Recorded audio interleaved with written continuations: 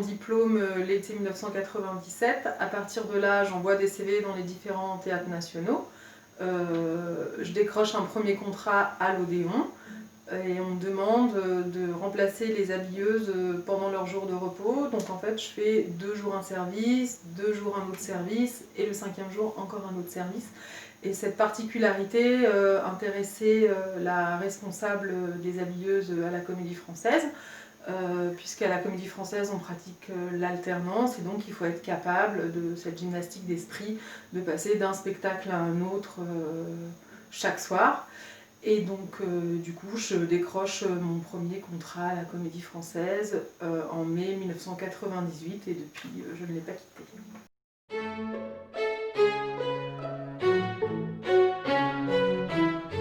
Alors, le métier d'habilleuse consiste essentiellement à habiller, que ce soit en loge ou pendant le spectacle.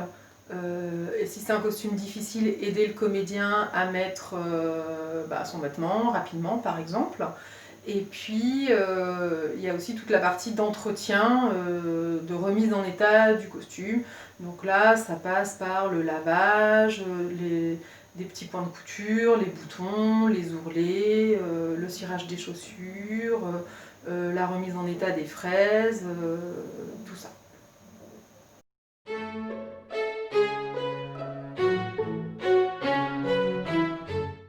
Les costumiers souvent sont des costumiers réalisateurs, ils conçoivent le costume, ils choisissent les matériaux et les couturières ou les couturiers, eux, sont plus en atelier de fabrication.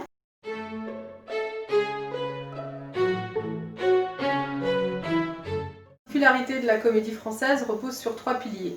La troupe, héritière de la troupe de Molière, seule troupe permanente rattachée à un théâtre en France, avec mission de conservation des savoir-faire des 70 métiers exercés au sein de la Comédie Française.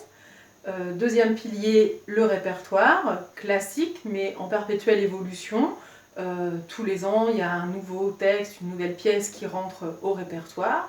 Et puis l'alternance. L'alternance des pièces, on va jouer sur les 9 représentations de la semaine, on va jouer 4 à 5 pièces différentes. L'alternance des comédiens pour un rôle, et puis l'alternance de la troupe sur les 3 sites de la Comédie Française, la salle Richelieu, salle historique, le théâtre du Vieux-Colombier dans le 6e arrondissement de Paris et le Studio Théâtre.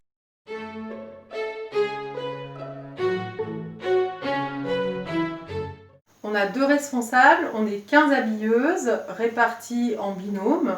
On a chacune un service de comédiens d'une dizaine de comédiens. Il y a 4 services d'habilleuses d'hommes, 2 services d'habilleuses de femmes et un service d'habilleuses de figuration qui habille les élèves académiciens, les musiciens, les enfants au gré des productions.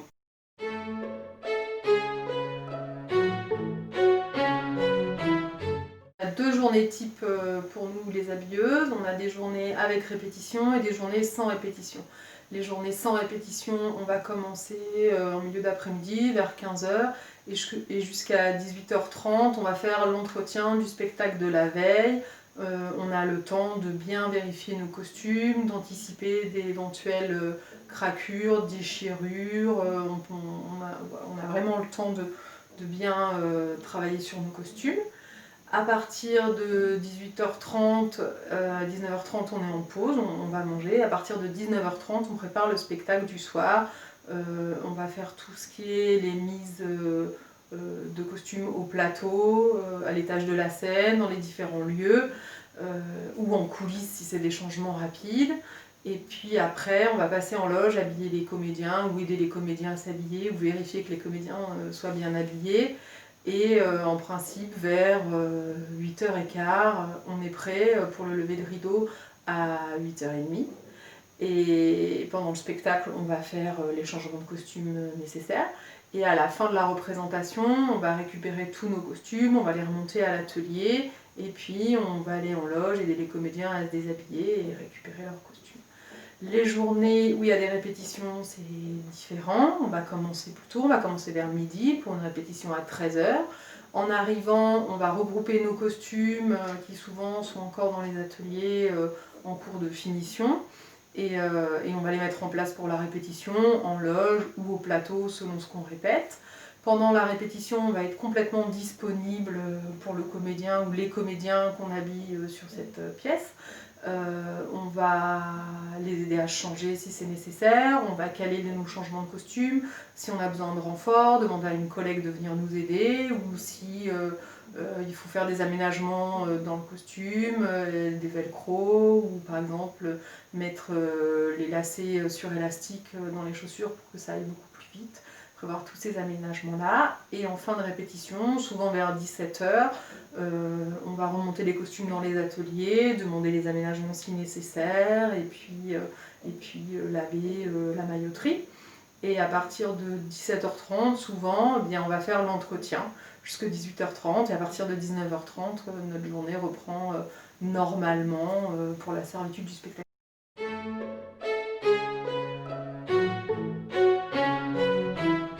Non, nous ne choisissons pas les comédiens que nous habillons à la Comédie Française. Ils sont répartis dans les différents services d'habilleuses en fonction de leur arrivée dans la troupe et de l'activité de chacune.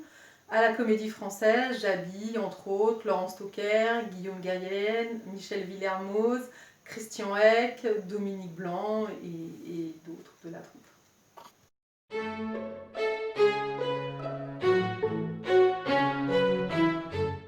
Pour Cyrano de Bergerac, j'habille 3 comédiens. Michel Villermoz dans le rôle titre de Cyrano, Éric Ruff dans le rôle de Christian et d'un machiniste, Christian Gonon dans le rôle de Valvert, d'un pâtissier, d'un poète, d'un musicien et d'un cadet. J'ai énormément de costumes pour ces 3 comédiens. Donc au début du spectacle, je vais mettre en place tous ces costumes. Je porte une attention particulière aux costumes de Cyrano, puisque à l'acte 1, il s'habille tout seul en scène. Et donc, je vais lui mettre dans l'espace de jeu son pourpoint, son manteau, son épée, son chapeau et ses bottes, afin qu'il puisse s'habiller en scène tranquillement. Ensuite, je vais préparer mes changements sous la scène pour Éric Ruff et au foyer des artistes pour Christian Gonon. Je vais empiler ces costumes un peu comme un millefeuille, parce que à chaque fois il va venir se changer, il passe très très vite d'un personnage à l'autre. Donc je vais mettre le costume de cadet en dernier, le costume de musicien, le costume de poète et en premier le costume de pâtissier. Ce qui est assez particulier quand on habille les rôles titres, c'est qu'ils sont quand même très présents sur scène et donc tous leurs changements sont rapides. Un peu comme le pilote de Formule 1 qui vient au stand, au ravitaillement. Le temps est compté. Et c'est particulièrement vrai quand on passe à l'acte 5 et qu'il faut vieillir Cyrano. On va travailler avec mes collègues maquilleurs et coiffeurs ensemble en même temps, pendant que le maquilleur va grimer, vieillir le visage et les mains de Michel. Le coiffeur va lui blanchir les cheveux, lui mettre son bandeau ensanglanté, et moi je vais lui mettre ses vêtements de vieux Cyrano, son manteau, son écharpe.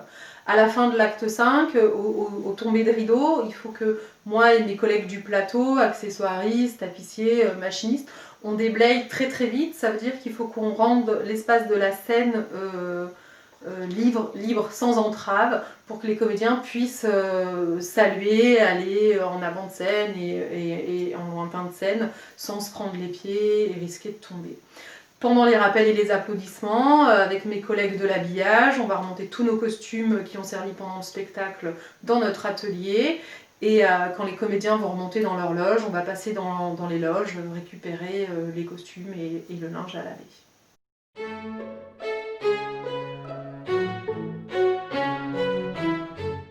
Alors il faut des connaissances techniques en couture, en repassage, en entretien des textiles, en histoire du costume. Il faut un bon relationnel, travailler avec les comédiens, savoir les rassurer, travailler aussi en équipe avec les services de l'habillement, mais aussi tous les services du plateau. Il faut être attentive, il faut être organisée, réactive, voilà.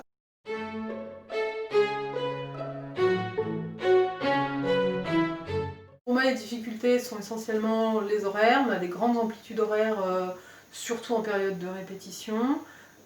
C'est assez difficile du coup pour la vie de famille, la vie sociale, puisqu'on est amené à travailler les soirs, les week-ends, les jours fériés.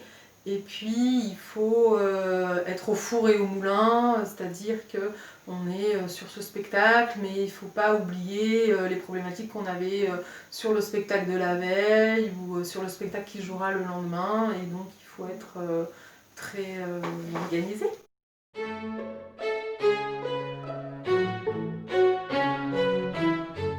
Alors, lors du premier confinement, tout s'est arrêté. On a pu réouvrir le théâtre mi-juin pour travailler, mais pas accueillir le public. Du coup, l'administrateur avait réfléchi à des projets.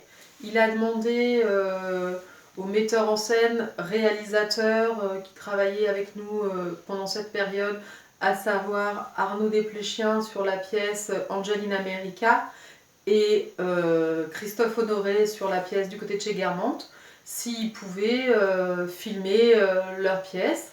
On a commencé par filmer début juillet Angel in America dans les salles de répétition de la Comédie Française. Puis on a filmé une histoire du côté de chez Guermantes avec Christophe Honoré. En septembre, l'activité a repris avec des règles sanitaires strictes. On jouait devant des demi-salles. Côté coulisses, les règles sanitaires étaient aussi appliquées. On travaillait en demi-équipe. Par exemple, chez les habilleuses, il y avait une équipe l'après-midi qui faisait l'entretien des costumes et une équipe en soirée qui assurait la servitude du spectacle. Et puis après, il y a eu couvre-feu. Donc les levées de rideaux ont été avancées de 20h30 à 17h. Et puis là, lors du second confinement, nous étions en train de répéter le Malade imaginaire. Du coup, on a filmé le Malade imaginaire avec Pathé pour une diffusion dans les salles de cinéma prochainement. Et là, actuellement, on répète le prochain spectacle qu'on espère pouvoir montrer au public pour les fêtes de fin d'année, qui s'appelle Mais quelle comédie!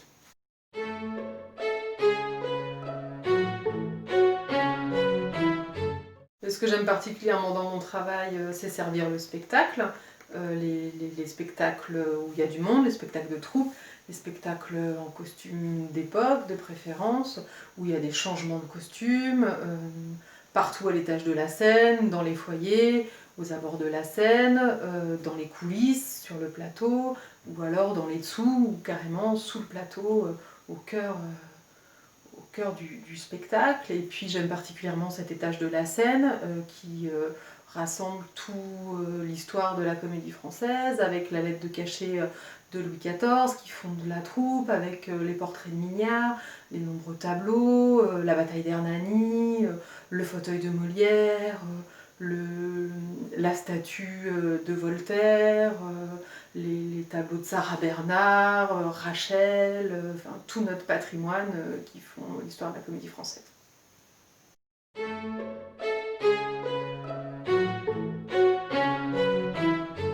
Il nous arrive de pouvoir nous glisser dans la salle en période de répétition pour voir une ou deux scènes, et puis des fois on voit des petits morceaux de la coulisse quand on attend nos changements de costume, mais oui, pour voir la pièce et en profiter pleinement, il faut revenir au théâtre sur un jour de repos.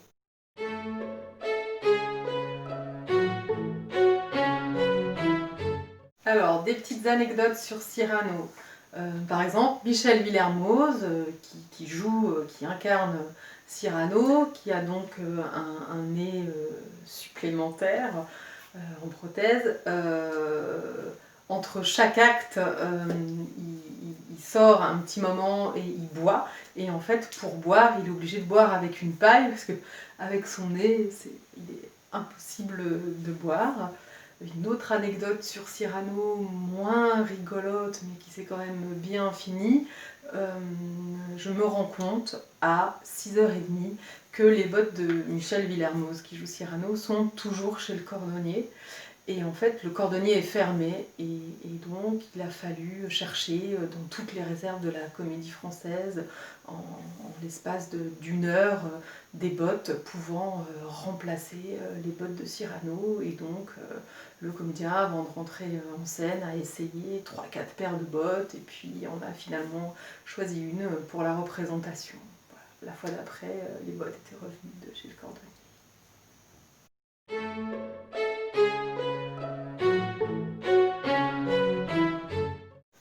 avoir une bonne base de couture.